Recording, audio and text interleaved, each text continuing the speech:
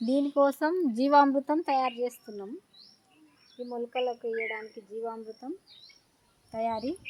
ఇది ఇక్కడ బీట్రూట్ మొలక, ఇది బీట్రూట్, ఇది బీట్రూట్.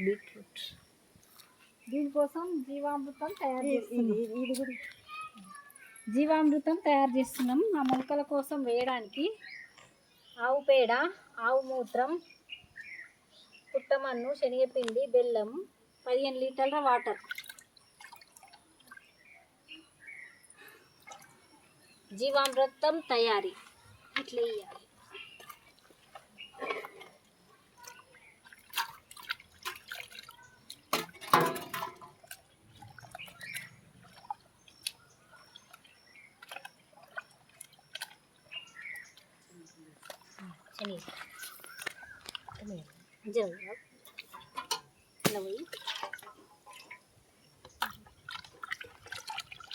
అలా ఉండలు అయితే కదా మంచిగా అది బెల్లం కూడా అది అట్లనే కరుగు ఇట్లా పోయాలి. ఇది 10 రోజులకు ఒకసారి ఆ మొలకలకి ఇస్తే మొలకలు మంచిగా ఎదుగుతాయి. మళ్ళీ కూరగాయలు కూడా టేస్ట్ ఉంటుంది.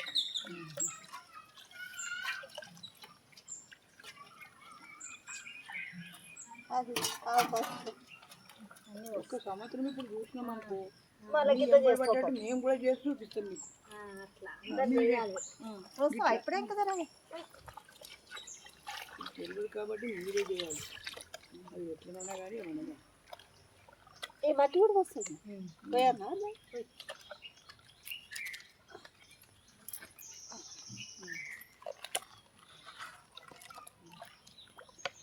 అది పుట్టమన్ను తేవాలి. పుట్టమన్ను లేకపోతే ఇప్పుడు ఈ చెట్టు ఉంటుంది కదా, ఈ వేరు వీకిన దాన్ని మన్ను తీసుకొని అది మంచిది ఉంటుంది అన్నమాట. అటువంటిది వేయాలి.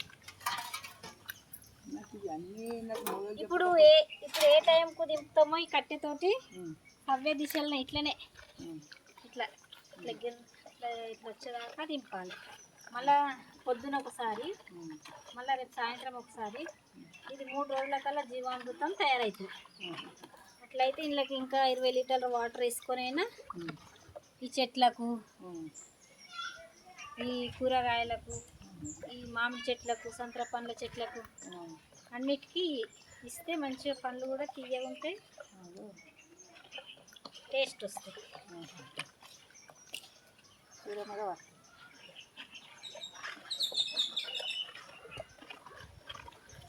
ఇట్లా తిరగాలి.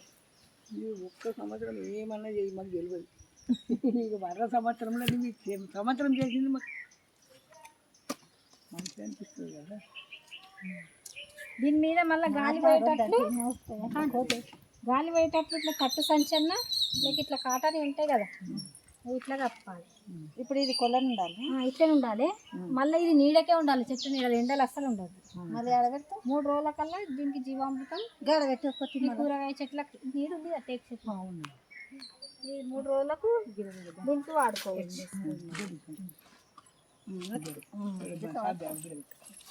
అక్కడ బుక్ బోలగల కదా. మళ్ళా పొద్దున దింపాలి దాన్ని కట్టె తీసుకొని, ఆ కట్టె దాని మీద పెట్టి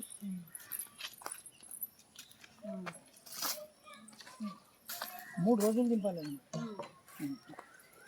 ఇక్కడ అక్కడ భోజనాలు తీసిండ్రు, అవి కూరగాయలు విత్తనాలు వేసిరు కదా, ఆ విత్తనాలకు కూడా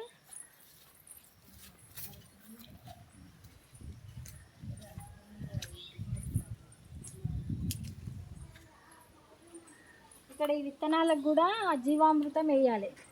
వేస్తే విత్తనాలు కూడా తొందరగా లేస్తాయి. ఇవన్నీ